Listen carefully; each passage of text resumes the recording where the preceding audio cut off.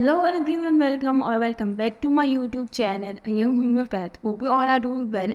So ये हमारा part 2 है of the fix principle. So part 1 के अंदर हमने कुछ चीज़ों के बारे में बात करी थी, लाइक वाइज की डिजीज़ कैसे होती है, what is the cause of the disease, and then उसके बीच के ऑब्स्टिकल्स क्या होते हैं. देन हमने कहीं ना कहीं ये भी देखा था कि जो एक हीलिंग प्रोसेस है या फिर तो क्योर है वो किस तरीके से हम कर सकते हैं. ठीक है. सो इस वीडियो में हम आगे बात करने वाले हैं. So it is now seen what is to understood by order of the direction. So इससे पहले जो वीडियो था उसके लास्ट में हमने डायरेक्शन की बात की थी कि जो कैंट सर है वो कहते हैं कि डायरेक्शन किस तरीके से होना चाहिए, लाइक वाइज की डिजीज़ होने का डायरेक्शन किस तरीके से होता है और सेम वे क्योर हम किस तरीके से कर सकते हैं उसका डायरेक्शन किस तरीके से होगा. Right. So now it is understood by the order and the direction, and there are the direction. Nothing can flow in from outermost to the effect the innermost. ठीक है. सो हमने आगे यही देखा था कि जो डायरेक्शन है, जो मेन डायरेक्शन है वो है इनर टू आउटर. ठीक है. लेकिन यहाँ पर क्या कह रहे हैं कि आउटर टू इनर कोई भी चीज़ नहीं हो सकती, या डिजीज़ भी नहीं हो सकती और क्योर भी नहीं हो सकता. ठीक है. Then if the finger is burn, this does not any great extent disturb the constitution and government of the men. That means कि सिर्फ फिंगर बर्न होती है, नॉट अ होल पर्सन. लेकिन एक छोटी सी फिंगर भी बर्न होती है तो वो पूरे कॉन्स्टिट्यूशन को नहीं खराब करेगा, वो पूरे के पूरे मेट को खराब नहीं करेगा. But the constitution government repair it. That means कि वाइटल फोर्स को वो चीज़ खराब नहीं करेगी, लेकिन वाइटल फोर्स उस जली हुई फिंगर को ठीक करने की क्षमता रखता है. It is not a disease, it does not wreck the whole frame. ठीक है. मीन्स कि ये कोई पूरी डिजीज़ नहीं है, लाइकवाइज कि ये पूरा का पूरी चीज़ को कवर नहीं करती है कि इनर मोस्ट से आउटर मोस्ट जाना है, बिकॉज कि ये तो सिर्फ बाहरी हमारी फिंगर ही बन हुई है. ठीक है. इसके लिए हमारा कोई जो वाइटल फोर्स है वो इफेक्ट बिल्कुल भी नहीं हो रहा है. राइट. तो ये कोई डिजीज़ नहीं हुई. Right. So it is only that which shakes the whole economy and disturb the government, which is a disease. means अब यहाँ पर ये कहा गया है कि डिजीज़ क्या होती है. तो डिजीज़ ये होती है जो कि पूरे के पूरे वाइटल फोर्स को सबसे पहले इफेक्ट करे और उसे डिस्टर्ब करे, उसकी जो हार्मनी है उसे डिस्टर्ब करे, उसे हम कहते हैं disease. Okay. So man may have his hand cut off without the system being disturbed, but let a little disease like measles, for example, flowing from the center, and his whole economy is wrecked. ठीक है. अब like वही चीज़ है कि हाथ में कुछ होता है तो पूरा बॉडी को कुछ नहीं होता, लेकिन अगर मीजल हुआ है, राइट. अब मीजल से क्या होता है, पूरी ना पूरी की पूरी बॉडी उसके अंदर इन्वॉल्व होती है, वो जो वाइटल फोर्स है उसे डिस्टर्ब कर देता है. ठीक है. सो वो एक डिजीज़ हुई. Only fashion medicine talks of the experience, but it is entirely depending on the eyes and the finger and appearance are wonderfully deceptive. If you examine any acute miasm, you may know that it looks like, but the essence of it cannot be discovered by any of these senses. That means कि अगर हम किसी acute case की बात करते हैं तो हम लाइक एक्यूट माइजम की भी बात करें तो वो कौन से होते हैं, रिकरेंट एंड नॉन रिकरेंट. ठीक है. सो मोस्ट ऑफली एक्यूट केसेस के अंदर लाइक एक्साइटिंग कॉज आता है तो उसे हम जान सकते हैं कि भाई इस वजह से, या फिर तो कोई डस्ट है, कोई डस्ट पार्टिकल है, किसी केमिकल से किसी पेशेंट को एलर्जी हो रही है, या फिर तो उसकी वजह से वो सोच सिम्टम्स आ रहे हैं, तो वो ये पूरी एक्यूट चीज़ हुई. सो उसे हम जान सकते हैं, उसे हम कह सकते हैं कि इसकी वजह से ऐसा हुआ है. लेकिन वो आगे क्या करता है, वो हमारी बॉडी में जाकर क्या करता है, उस चीज़ को हम नहीं बता सकते. सो वहाँ पर होम्योपैथी आती है. Right. So we have seen everything is governed from the center, right. And now what come in the direction of the law. अब यहाँ पर direction of the law क्या हो सकता है, what comes from the principle and comes from the center, flowing in accordance with order that can be confirmed by the experience. To apply it more practically, what we learn from the use of the law of homeopathics, what we observe after learn that law and the doctrines are related to it all our subsequent experiences confirm the principle। ठीक है, यहाँ पर भी वही चीज़ है कि जो experience है उसका भी एक अपना स्थान है और प्रिंसिपल का भी अपना एक स्थान है। सबसे पहले प्रिंसिपल आता है, उसके बाद प्रिंसिपल को कंफर्म करने के लिए हमें एक्सपीरियंस करना पड़ता है। Example, every experience with the bryonia makes bryonia so much bigger in the mind। With experience one grows stronger. ठीक है, अब यहाँ पर ब्रायोनिया क्या है? ब्रायोनिया इज अ मेडिसिन हो सकती है, उसको किसने बताया? वो प्रिंसिपल्स बताते हैं कि ब्रायोनिया एक मेडिसिन हो सकती है। उसके बाद प्रिंसिपल्स ने ही बताया कि हमें ड्रग प्रूविंग किस तरीके से करनी है। सो ड्रग प्रूविंग क्या है कि एक्सपीरियंस है। ठीक है, सो एक एक्सपीरियंस ड्रग प्रूविंग के बाद हमें ज़्यादा से ज़्यादा उसके सिम्टम्स मिलते हैं। सो ब्रायोनिया ज़्यादा स्ट्रॉन्गर होती जाती है। ठीक है, with experience one grow stronger, one does not change or alert with every mood but become firmly established। The if everything tends to disturb the mind, that means what you are in the state of folly or you are insane। It may be little or both। A man that relies on experience to guide him never knows his mind is constantly changing and never settled। It has no validity। That means ये जो लोग सिर्फ और सिर्फ experience में मानते हैं तो उनका माइंड चेंज होता रहता है। ठीक है, वो एक जगह पर स्टिक नहीं रह सकते। उनका माइंड हमेशा ये सोचता रहता है कि हाँ ये भी हो सकता है, वो भी हो सकता है। लेकिन जो लोग प्रिंसिपल्स के अकॉर्डिंग चलते हैं तो उन्हें पता है उनका डायरेक्शन क्या है, उन्हें किस तरीके से ये काम करना है। ठीक है, तो वो इजीली ये काम कर सकते हैं। लेकिन जो पर्सन सिर्फ एक्सपीरियंसेस में मानता है तो उसका माइंड चेंज होता रहता है। Validity is something absolutely essential for the science, right? It is necessary for the homeopaths to look upon law as valid and not upon the man, right? And as there is no man valid, okay, जो man है वो valid नहीं है, लेकिन जो laws है, जो principal है वो वैलिड है। सो हमें लॉ के अकॉर्डिंग जो प्रिंसिपल है उसके अकॉर्डिंग चलकर मैन को ठीक करना है, ना कि मैन के अकॉर्डिंग चलकर लॉ को ठीक करना है। ठीक है, सो या फिर तो मैन के अकॉर्डिंग चलकर या फिर तो हमारी ब्रेन के अकॉर्डिंग चलकर हमें एक्सपीरियंसेस करने हैं। In homeopathy, it is very principle itself that is valid, and nothing that are not in accordance with the principle should not be admitted। We see from all this necessity of potentization, right? अब यहाँ पर potentisation की थोड़ी बात करिए कि potentisation क्यों important है। All causes are so refined in the character, right? अब जो हमारे जो मेडिसिन है उसको हमें रिफाइन करना पड़ता है। So subtle in their nature that they can operate from the centre to circumference and operate upon man's interior and from the interior to the ever exterior. That means कि जो हमारी crude drugs होती है जिसको कि हमने potentise नहीं किया है, सो वो इतनी ज़्यादा क्षमता नहीं रखती है, उनके अंदर बहुत सारी कमियां होती है या फिर तो बहुत सारा जो ऐसा पार्ट है जो हमें नहीं चाहिए। सो उसको हम पोटेंटाइज करते हैं। दैट मीन्स उसको हम रिफाइन करते हैं और उसको हम डायनामिक बनाते हैं।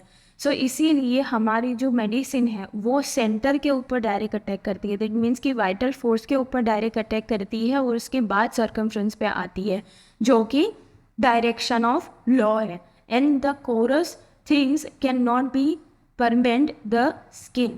Man's skin is enveloped, protecting him against the contagious from porous material, but against the immaterial substances he is protected only when in perfect health। That means कि skin जो है वो एक हमारा envelope है, वो एक protecting agent है। ठीक है, वो सिर्फ हमें प्रोटेक्ट करता है, ना कि वो हमें ठीक कर सकता है। ठीक है, and it is protecting only when in the perfect health। that means कि अगर स्किन के ऊपर कोई चीज़ हुई है, कोई डिजीज़ हुई है, कुछ कटवर लग गया है तो उसे वाइटल फोर्स ठीक करता है, ना कि स्किन ठीक करती है। ठीक है, एन अनगार्डेड मूवमेंट ही suffers and this is the nature and quality of the disease causes। It is only flow into men from the center and towards the outermost in the way of disturb is government। वही चीज़ बार बार है कि law of direction क्या है, और सारी जो चीज़ें हैं, जो क्योर है, जो डिजीज़ है, वो कहाँ से कहाँ तक ट्रैवल करती है. So the disturbance of the government is a disturbance of order, right? अब disturbance of government है, disturbance of center है, वो क्या है? Disturbance of order है. This is all there is of a sickness, and we have only to follow this out to find that very house man lives in, and his cells are become deranged. That means कि अगर यहाँ पर disturbance होता है, disturbance in the order होता है, तो क्या हो जाता है, जो मैन है वो सिक हो जाता है, और उसकी वजह से उसका हर एक सेल सिक होता है, ना कि कोई एक पार्ट सिक होता है. Changes are the result of disorder and direction. Persons and various forms of the degeneration are only the result of disorders. That means कि persons या फिर तो कोई भी डिजेनरेशन होता है, कोई भी सिक्रेशन एबनॉर्मल सिक्रेशन होता है, तो वो खुद कोई डिसऑर्डर नहीं है, लेकिन वो एक रिजल्ट है डिसऑर्डर का. ठीक है. So long as order, the harmony go in the perfectly, so long the tissue are in the state of health. That means कि जितना ज़्यादा हार्मनी रहेगा उतना ज़्यादा हेल्थ रहेगा. The metamorphosis is health and the tissue changes is normal. The physiological state is maintained. We can only comprehend the nature of the disease and tissue changes that result of the disease by going back to its beginning. ठीक है. अब हमें ये कैसे पता चलेगा कि ये डिजीज़ की वजह से ही हो रहा है, बिकॉज कि जहाँ तक हम जानते हैं तो कभी न कभी हमारे बॉडी के कुछ सेल्स को फिजियोलॉजिकली भी डिरेंज होना पड़ता है, या फिर तो फिजियोलॉजिकली भी जो सेल्स हैं वो खुद मरते हैं फिर दूसरे बनते हैं, राइट. सो इसलिए हमें कैसे पता चलेगा कि ये डिजीज़ की वजह से हुआ है या तो नेचुरल है, नॉर्मल है, right. The study of etiology in the school is a wonderful process because it begin with nothing, right. So हमें सारी चीज़ें कैसे समझनी है, सो हमें पहले बिगिनिंग से समझना है कि फिजियोलॉजी क्या होता है, उसके बाद हमें पता चलेगा कि पैथोलॉजी क्या होता है, right. It is an assumption that tissue changes are the disease.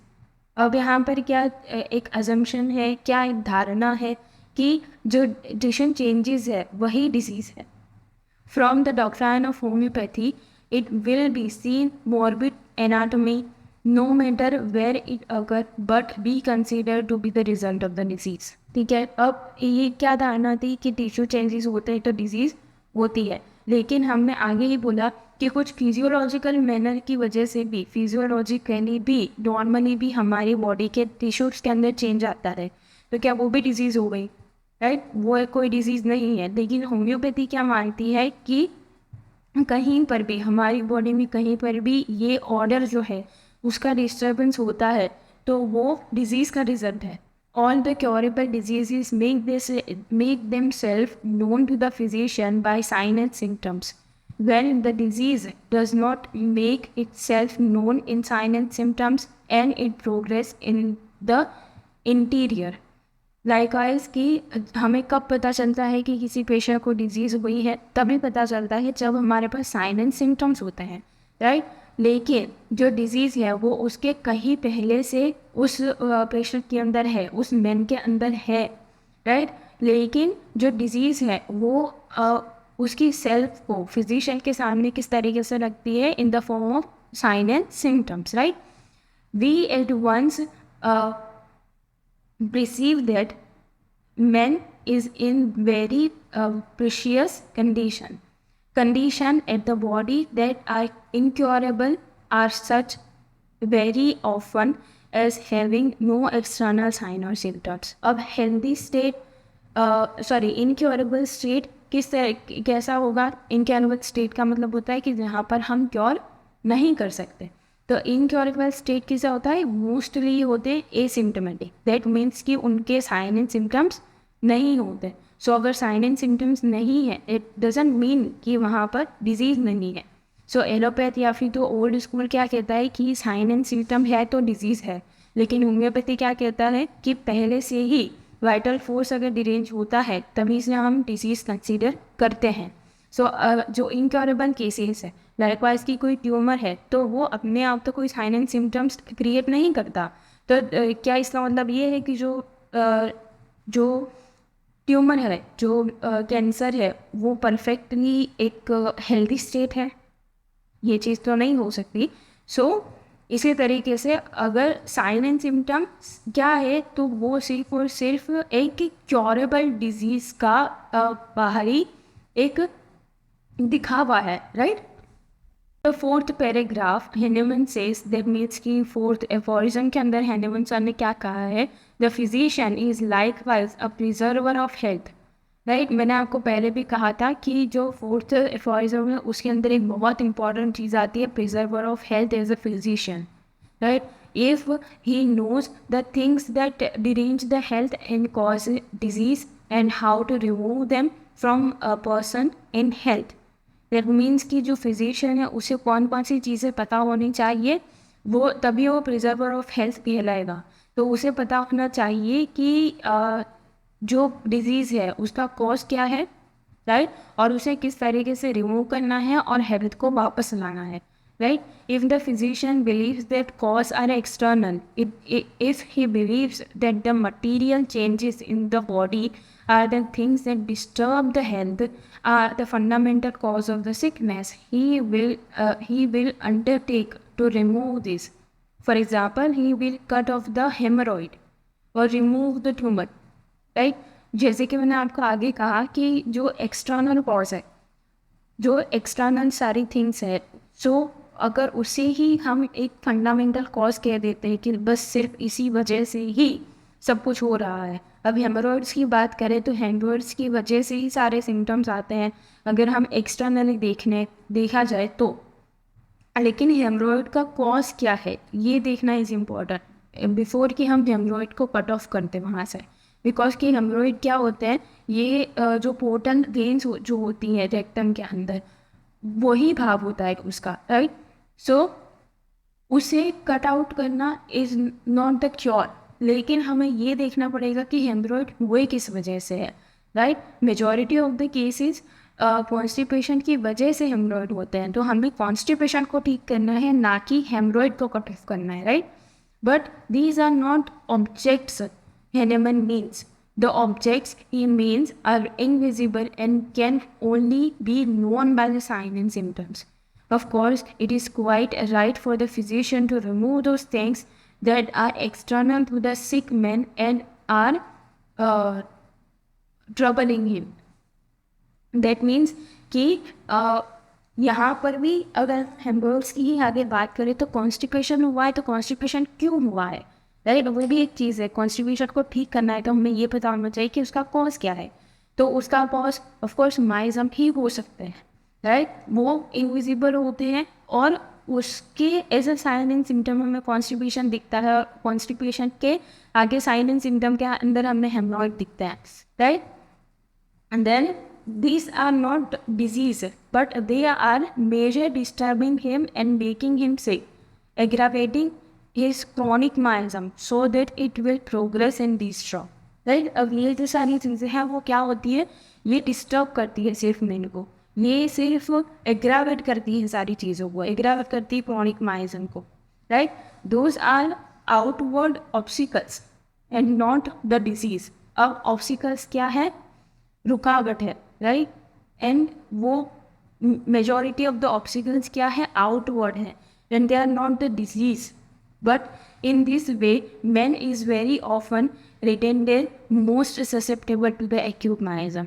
अब ऑब्स्टिकल्स या फिर तो जो ये सारी चीज़ें जो इरिटेट करती है हमारे नॉर्मल हेल्दी स्टेट को, वो क्या कर देती है, वो जो पेशेंट है, जो मैन है, उसे ससेप्टेबल कर देती है to the acute miasm, right? The thing which keep up disease relate more particularly to external things. That means को जकड़ के रखना या फिर तो डिजीज़ को पकड़े हुए रखना, उसको कीप अप करना, वो क्या करता है, एक्सटर्नल थिंग्स करते हैं। लेकिन डिजीज़ पॉज करना ये पूरा का पूरा इंटरनल थिंग है, पूरा का पूरा डायनामिक थिंग है। There are condition in man's life which keep up और encourage man's disorder, right? The disorder is from the interior, but many of the disturbances that aggravate the disorder are external. जैसे कि मैंने आपको आगे कहा कि जो सारी चीज़ें हैं जो बाहरी है, जो एक्सटर्नल है, वो सिर्फ और सिर्फ ऑब्स्टिकल्स हैं जो कि एग्रावेट करते हैं, राइट? डिसऑर्डर को उसे जकड़ के रखते हैं, उसे कीप अप करके रखते हैं। लेकिन जो मेन कॉज है किसी डिजीज़ को होने का वो इंटीरियर है, राइट? वो डायनामिक है पूरा। The cause of the disorder is internal and is of such quality that is affect the government from the interior. That means कि ऐसी ही चीज़ें का डिजीज़ कॉज कर सकती हैं जो कि इंटीरियर गवर्नमेंट को मीन्स वाइटल फोर्स को इफेक्ट करती है, while the coarser things that such as can disturb more especially the body, such as importantly selected for living in the damp houses etc. are disturb the thing, right? वो क्या है? Obstacles है। Hardly worth while to dwell upon these things because any ordinary physician is sufficiently well versed in hygiene to remove from his patients the external obstacles. In the fifth paragraph of Hahnemann says means के fifth aphorism में Hahnemann ने क्या कहा है? Useful to the physician is assisting him to cure the particulars of the most probable exciting cause of the acute disease. ठीक है, exciting cause क्या होते हैं? जो कि डिजीज़ को एक्साइट करते हैं या फिर माइजम्स को एक्साइट करते हैं, ठीक है? The probable exciting cause is the inflowing of the cause as an invisible immaterial substance which having fastened upon the interior. अब मोस्ट प्रोबेबली एक्साइटिंग कॉज क्या हो सकता है? Which is invisible immaterial substance हो सकता है और वो बहुत जल्दी से इंटीरियर मैन के अंदर वाइटल फोर्स के अंदर जा सकता है and flow from the very centre to the outermost of the economy and creating additional disorders. These miasm all require a given time to operate before they can affect the external man. And this time is called the prodromal stage. Means कि ये stage कौन सा होता है कि जब sign and symptoms नहीं आए हैं, साइन एंड सिम्टम्स नहीं आए उससे पहले ही हम डिजीज़ को क्योर कर देते हैं, उस स्टेज को हम कहते हैं prodromal stage. And this is true for the SORA, syphilis, and psychosis, and every acute contagious disease recruitment, right? While the influx is upon the innermost of the physical man, it is not apparent. But when it becoming to operate upon his nerves and tissues and affecting in his outermost, then it become apparent. अब ये सारी चीज़ें शुरू तो बहुत पहले से हो गई होती है, लेकिन उसके बाद जब वो लाइकवाइज कि उसका इन्फ्लक्स होता है in the inner most man के अंदर, लेकिन तब वो हमें नहीं दिखता, तब हमें साइन एंड सिम्टम्स नहीं आते. लेकिन जब ये हमारी नर्व्स के ऊपर टिश्यूज़ को इफ़ेक्ट करता है और जब साइन एंड सिम्टम्स आते हैं तभी ये हमें अपीयरेंट होता है, तभी ये हमें दिखता है, तभी हम कह सकते हैं कि इस पर्सन को डिजीज़ हुई है. Each miasm produced upon the human economy is upon its own character. Means कि सारे जो miasms हैं, SORA, psychosis, syphilis, उन सबके खुद के कुछ characters हैं. Just as every drug produces upon the human economy its own character. अब यहाँ पर ये बात की गई है कि miasm के साथ साथ हमें जो हमारे ड्रग्स हैं उनको भी पढ़ना है. अब जो ड्रग्स हैं उनका भी इट सेल्फ, हर एक ड्रग एक दूसरे से अलग होती है, हर एक जो मेडिसिन है वो एक दूसरे से अलग है, उसके कैरेक्टरिस्टिक्स अलग हैं, right? So Hahnemann says that these must be recognized and the homeopathic physician must be familiar enough with the disease cause, with disease manifestation and drug manifestation to be able to remove that in the accurate with principle fixed and certain. That means कि जो homeopathic physician है उसे ये भी पता होना चाहिए कि जो माइजम्स हैं, जो कॉज है डिजीज़ का, उसके कैरेक्टरिस्टिक्स क्या हैं, उसके सिम्टम्स क्या हैं, और उसके साथ साथ जो मटीरियल में हमारे जो ड्रग्स हैं उसके साइन एंड सिम्टम्स क्या है, तभी जाकर दोनों चीज़ों को हम मिक्स करके, उन दोनों चीज़ों को समझ के ही हम जो पेशेंट है उसे क्योर कर सकते हैं. If the physician is dealing with acute case, he must take into the consideration the nature of the case as a malady, and also in the chronic cases. It is supposed that he is conversion with the disease from having observed the symptoms of the great many cases and is therefore able to hold before the mind the image of the disease. That means ये symptoms जो हैं वो उसको भी हमें consider करना है और उसके अकॉर्डिंग हमें जो फिजिशियन है उसे अपने माइंड के अंदर जो डिजीज़ का पूरा पिक्चर है, जो इमेज है, वो बनानी है. When he is thoroughly conversion with very image of the sickness, means कि जब हमने जो डिजीज़ है उसकी इमेज अच्छे से हमारे दिमाग में बना ली, this extend upon the human races, he is then prepared to study materia medica. उसके बाद जो फिजिशियन है वो मटीरिया मेडिका को समझ सकता है. लाइकवाइज कि हम यही कहते हैं होम्योपैथी में कि हमें जो सिक पर्सन है उसका एक पूरा पिक्चर हमारे दिमाग में क्लियर होना चाहिए. उसके साथ ही साथ जो ड्रग हम उसको देने वाले हैं उसका पिक्चर भी हमें दिमाग में अच्छे से क्लियर होना चाहिए. और वो दोनों पिक्चर्स, वो दोनों इमेज जब एक दूसरे से बिल्कुल सिमिलर होती है, बिल्कुल जुड़ी हुई होती है, सेम होती है, तभी वो मेडिसिन उस डिजीज़ को क्योर कर सकती है. All the limitation of the mechanism are found in the drugs, right? And there is no mechanism of the human races that does not have any imitation in the drugs. Means के जो सारी mechanisms हैं उनके जो सारे sign and symptoms हैं, imitations हैं, वो हमें सिर्फ ड्रग्स में मिलते हैं, right? And the animal kingdom has itself the image of the sickness, the vegetable and mineral kingdom in like manner.